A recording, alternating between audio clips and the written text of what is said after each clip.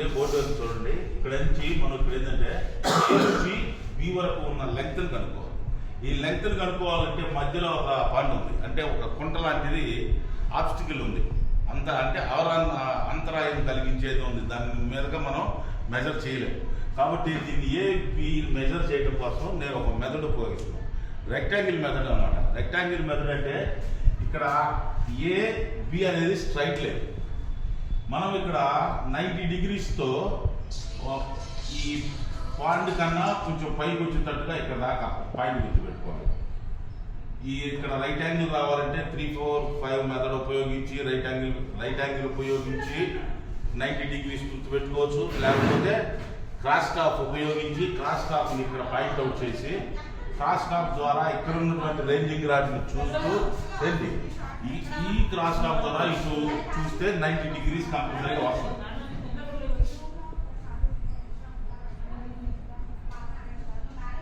ఇది 90 degrees. Next మనం ఏం చేస్తాము, క్రాస్ టాప్ని బి పాయింట్ కాడికి తీసుకొచ్చి క్రాస్ టాప్ ద్వారా ఇక్కడ ఏని చూస్తూ, క్రాస్ టాప్ అంటే తెలుసు కదా, క్రాస్ టాప్లో ఇట్లా ఒక ప్లస్ గుర్తుంటుంది అనమాట, సన్నటి మార్కింగ్ ఉంటుంది. ఇటు దీన్ని ఇక్కడ పెట్టి ఇక్కడ ఏని చూస్తూ ఇక్కడ బి అనే పాయింట్ వరకు గుర్తుపెట్టాము. ఇది సి అనుకోండి, ఇది డి అనుకోండి. ఇక్కడ మనము గుర్తుపెట్టినప్పుడు మనం చేయాల్సిన పని ఏంటంటే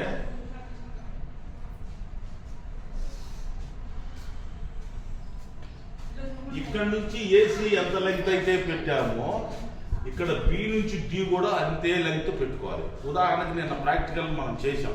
ఎంత పెట్టాము అక్కడ రెక్టాంగిల్ మెథడ్ లో? ఇది ఎంత వచ్చింది? 40.2 40 feet 2 inches.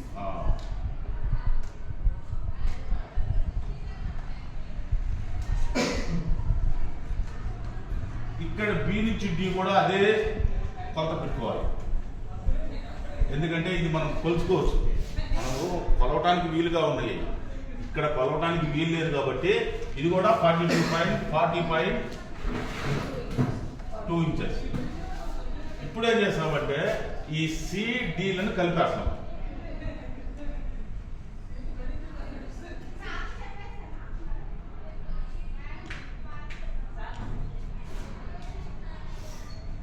మనకి రెక్టాంగిల్ ఉందనుకో, దీర్ఘచతురస్రం యొక్క జనరల్ ప్రిన్సిపల్ లేదంటే ఎదురెదురు భుజాలు సమానంగా ఉంటాయి, కోణాలన్నీ 90 డిగ్రీస్లో ఉంటాయి అనమాట. ఇది 90 డిగ్రీలు ఉంటే ఇది కూడా 90 అవుతుంది, అవుతుంది కూడా 90 అవుతుంది.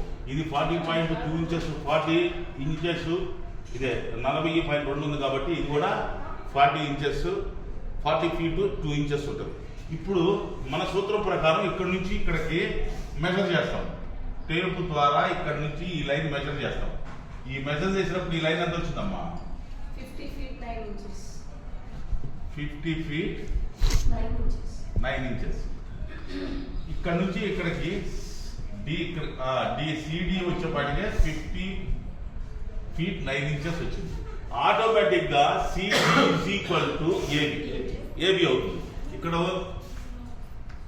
AC is equal to BD, CD is equal to AB. పైన 50 feet 9 inches వచ్చింది కాబట్టి ఆటోమేటిక్ గా ఇక్కడ నుంచి ఇక్కడ కూడా 50 feet 9 inches వస్తుంది. ఇప్పుడు ఇది మనం కొలిసే పని లేకుండా దీన్ని మెజర్మెంట్ వేసేసాము. That's all.